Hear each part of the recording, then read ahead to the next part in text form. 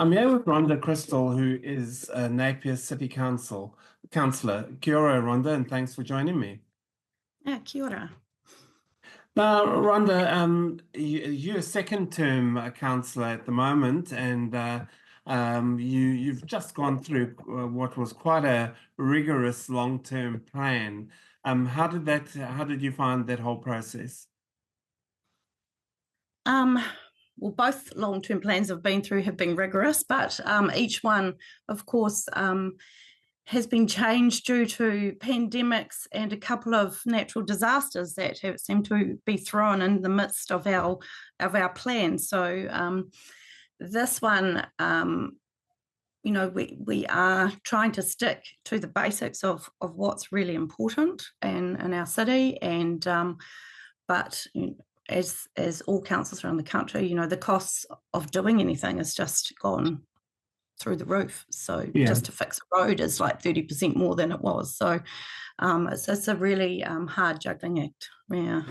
Because I mean the rates increase for the year that you settled on. I mean it was looking like it was going to be 25 or something, and then I think you settled on 19. That's still a lot of money for people who are on limited income. How did that sit with you, that whole process? I'm on limited income too, so it's I'm a ratepayer, so it's very hard. You look at it from, we get to see a much bigger picture. I guess Napier's sat at one of the lowest rating councils in the country for many years. And so even with our rates rise, we still are. And unfortunately, being being in the beautiful position we are, unfortunately, we have some pretty hard things we deal with naturally too. So we're quite expensive to run. Not all the cities have all the pumps that need to pump them out like we do, and the coastal hazard situations that we have. And so, you get to see the bigger picture of what we need to fix to keep ourselves resilient. And I think that's one of the biggest things for me was, to, after the cyclone especially, is to build that resilience so we can continue to live here. Yeah, the cyclone Gabrielle has had an impact on councils to varying degrees. How have you worked through that process and the recovery phase with that? The whole cyclone had a huge effect on me personally, and we lost one of our family members in the cyclone. I'm so sorry to hear that. Yeah. And up at Tutira, because that's where I come from. So I'm a Napier girl, but Tutira are growing up. So yeah, I actually sit in two camps, Hastings and Napier, just about. Yeah. But so the whole process for the community has been very hard. Just the property buyouts has been hard. People having to move their homes. We've got lots of friends and family that have, lost their homes and had to relocate. It's, for me, it felt like our earthquake, which my family went through my generations back. And but we're resilient and we will build back, but we really need to make sure our infrastructure and also government infrastructure is there, our power and our comms and all that is there for when the next thing happens, because we don't know when, but it's inevitable that something will happen. Yeah. Now, just in terms of when I'm not on council. No, I think we've had our turn. Yeah, just in terms of rising costs and all the costs associated with making up for underinvestment in previous years and recovery and that. Do you think there's more savings to be had as a council? Oh, definitely. And where do you think those could be? I think there's savings that we can do by working with other councils on some of our shared services. I think there's savings that we can make in staffing in areas, having a good look at that and it's very hard as a councillor, because that's kind of not our job, but we basically need to take a good look at where all the money's going and what it's getting spent on. And we know things like infrastructure and insurance, all the things that are costing way more than they used to. But yeah, our wage bill is one of our big things, so we've got to take it, and OPEX. And do you think there's some nice to have projects that you've currently got that you don't need? I don't count the projects we do. The only one that I think could be pulled back or definitely delayed is Emerson Street upgrade. The library, I'm on the working group for that. That has been since 2017. It is going to be a community hub. It's something that is great for the well-being of our community, and it's great for all ages. I just see it as a really positive place. There's not many places you can go that are free, and for our youth, and sort of that deprivation of media and stuff that some youth have, from parents with children to grandparents, and also protecting our wonderful books and things that we have. So I don't see that as I think it's a part of the community project that's going to be there for many years, well past my lifetime. And the council building, putting us back together, it's quite dysfunctional being spread apart. And I've never been on a council that's not spread apart. I've never been in a council chamber that is actually a Napier City one. We have meetings all over the place. So I don't think it makes for good cohesion.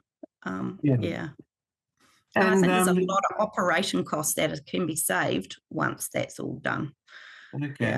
And do you think those will be achieved? Obviously, as a council, you've tasked the chief executive to look into these things. Do you think that's achievable? Yes. Yeah. Now, you mentioned shared services, and there are a lot of shared services at the moment. But one of the main bugbears I hear from people is, why can't the dog licensing be the same in Napier and Hastings and building consents and all those sort of things? What's your view on that? What more can be done? I think definitely, and I think that's all work in progress. That can definitely work together. Napier's been doing consenting for other councils, because we've in some of our planners. So I think that sort of regulation space, and to be fair, Napier we're a little bit of a weird setup, because we're a city surrounded by Hastings. So we have a huge population of people who would say they live in Napier, but they pay rates in Hastings. So I think there's a lot of work we can do together, and we are doing, even in my 5 years we've done, it's definitely come together. I think we work together really well. We have these regional collaboration days. We're going to Waira on Monday. And so that there's more in that space, even IT. I think there's probably some IT and procurement and all that sort of stuff that we can work together.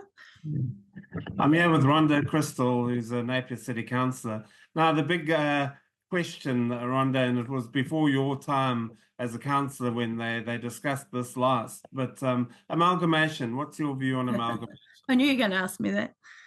I don't like amalgamation for Napier. Why not? Share services. Well, so far amalgamation for Napier hasn't worked out that well. We've got they took our hospital away and promised us a satellite hospital. That never happened.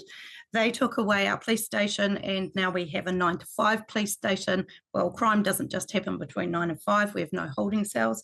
Our civil defence is in Hastings, and look how that all worked in the cyclone. So I don't think it's worked that well for Napier so far. So and just look at the things like Te Pūkenga. Some of the amalgamation that's happened over the last few years is not good. I think working together, but I still think we need our local voice in because we're quite big cities, really. Yeah. Because some might say that the structure of local government as it is simply unaffordable with rates going up and rather come together as one. And there is a school of thought that says that some of the unitary councils have had the lowest rate increases across all the councils. Mm. Yeah, I saw that, but then look at Auckland. I don't think amalgamation that worked that well up there. Their rates are still pretty high. So yeah.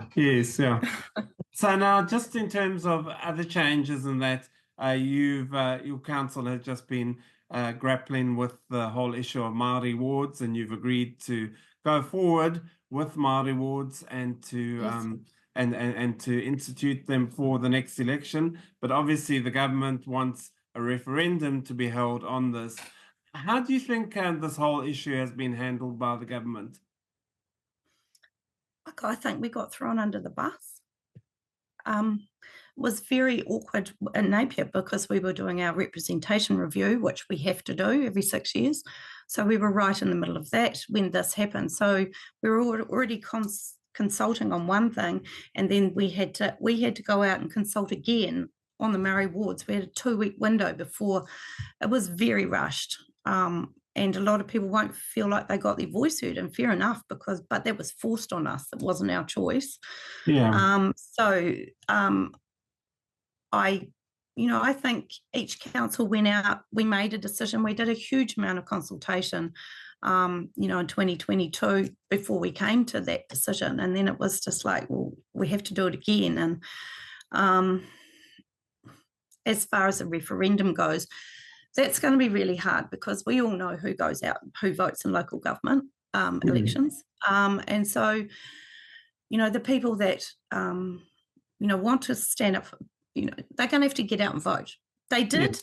I mean, our consultation we did, it was a huge turnaround in the percentages because those who were pro them got out and had their say. So we'll see what happens next year, but it's I think it should be up to each individual council to have their say in how that's made up. We will obviously get the Māori wards in next election, and then it's up to those people to stand up and show that they can do the job and do a good job. Why do you think it's so important to have Māori wards? Because you've got some. We have Māori councillors, and they're great. But there's no guarantee they're going to be there. They're going to be gone next election. So in my experience, the different knowledge they bring and their different, I'm not Māori, I have a lot of Māori whānau, so I have, I've grown up on 5 generations here, so I've grown up, surrounded by it, but they have a different perspective that they bring, and I think it's really important, like we all do. We all have a different perspective. I'm a scientist, so I bring a science perspective into council.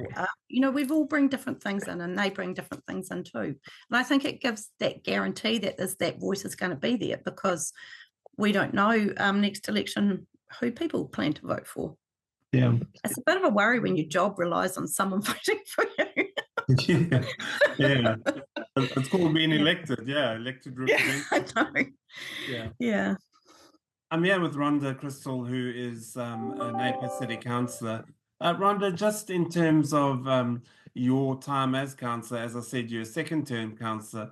How do you think the council as a whole and you as an individual councillor have done in that time? I think we've formed a very cohesive group of people from what I've heard from what went before me. And we've worked really well through some really tough times. We haven't had it easy. And I think that shows the leadership of Kirsten.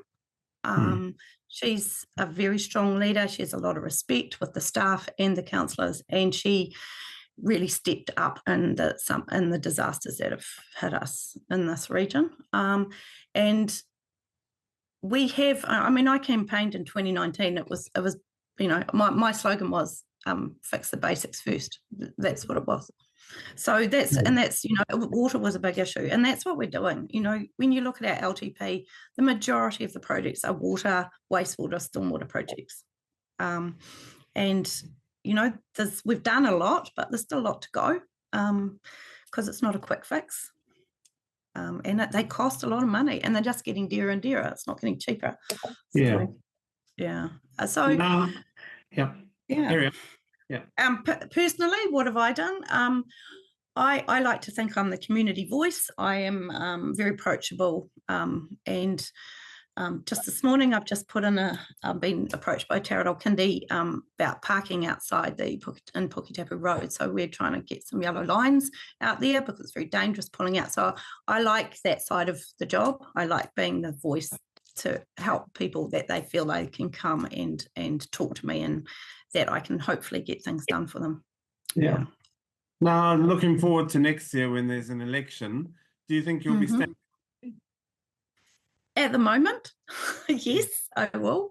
I don't think we've quite finished. I like to see something through, and as I said earlier, because of the hiccups we've had along the way, certainly some of the things that we had planned have had to be pushed out. So I would really love to see that go through to fruition. I think some people can stay too long on councils. So I think there's a time there. It takes you a term, I think, to get to know what you do, because it's so broad. You learn, you know, 1 minute you're talking about rates, then you're talking about parking, then you're talking about housing, and you learn so much, and then you've got to give back those skills, I think. But then I think people can stay too long too. Yeah. You mentioned housing. Is that still a worry for you with homelessness and also people not elderly, maybe not having housing and that? I think housing is a problem in New Zealand. You know, there's a lot being built, but it just the lists just seem to not be going down. It's homelessness is a big thing, and we seem to inherit some homeless from other regions here too. I think they think it's quite nice sleeping on the beach or having a motel in the beach, but we can only do that by building more housing. As a council, you know, we've got our retirement. We have got council housing, and we're looking to just have retirement, not the social housing. Yeah. And hopefully, if we can, the money we can get from exiting the social housing villages, build more retirement, because we're an ageing population here in Napier, and we're just going to have more and more people who can't afford to buy a house. Yeah. Which is you know, is a problem right across New Zealand, I think. Despite all the doom and gloom and that, and the tough economic times, are you optimistic for Napier and for the region? I am, because we're resilient people, us people here in Hawke's Bay. You know, it's 150th this year, so that's pretty cool. After this, I'm going to go and have a photo shoot for something very exciting that's happening, being launched this week. But I think I am optimistic. We're a great place to live. I think we have wonderful people here, beautiful climate, you know, one of the 12 wine capitals of the world. I mean, what else do you need? Well, Ronda, Chrystal, thank you so much for your time. I do appreciate it, and hopefully we'll catch up with you again in the future. Yeah, nice to meet you, Andrew.